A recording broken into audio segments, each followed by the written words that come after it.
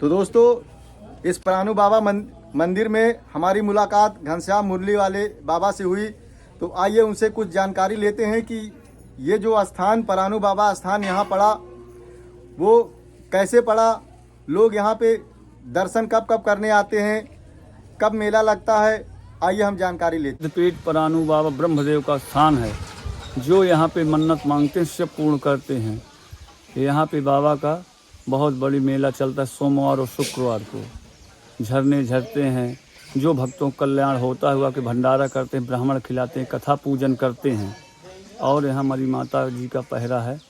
प्राणु बाबा की महिमा बड़ी, ग्राम गढ़वा है बारादरी, पहरा देती है मैया मई, प्राणु बाबा की महिमा बड़ी। यहाँ नीचे देवकुंड है, जो झरना हमेशा 12 मास झरता है और कुंड में जाता है। बाबा नित्य समय से देवकुंड में स्नान करते हैं।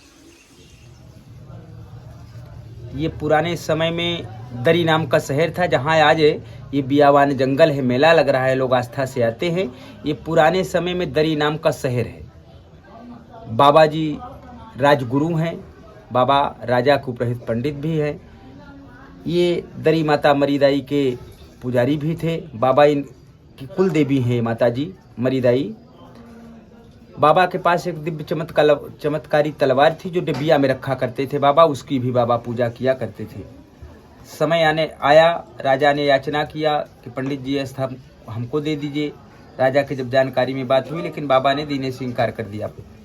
तब राजा साहब ने कहा, पंडित जी आप ब्राह्मण हैं, आप धन दौलत जितना चाहें इसके बदले में आप ले लीजिए, और हम राजा हैं, इस अस्त्र को हमको दे दीजिए। लेकिन बाबा ने फिर भी इनकार कर दिया था। तो इनकार करने पर बाबा के राजा साहब ये बोले प्राणु बाबा से कि पंडित जी इसको फिर संभाल के रखना, इसको किसी दिन हम ले लेंगे। और बाबा चले गए, इतनी ही बात हुई। और उसी दिन से बाबा के पीछे 2 सिपाहियों को राजा साहब ने लगा दिया कि देखिए बाबा क्या करते हैं, किस समय पूजा करते हैं, किस समय स्नान ध्यान करते हैं और किस समय क्या करते हैं, जाकर के इनकी देख रेख कीजिए। और जिस समय ना रहें उस समय इनकी माता जी घर में रहें, उनसे जाकर के मंगा लीजिए कि वो तुम्हारे लड़के दरबार में हैं और मंगवाए हुए हैं, वो दे ही देंगी। और वही हुआ। एक दिन बाबा जल्दीबाजी में कहीं थे, पूजा प्रतिष्ठा करके बाबा और चले गए। जब बाबा चले गए और अस्त्र घर में भूल गए, तो राजा के सिपाही देख रहे थे, वो जाकर के मंगा लिया। इनकी माता जी थी बाबा की, उनसे मंगा लिया, कहा बाबा जी दरबार में हैं और अपना अस्त्र मंगाए हुए हैं और दे दीजिए। माता जी निकाल करके दे दिया।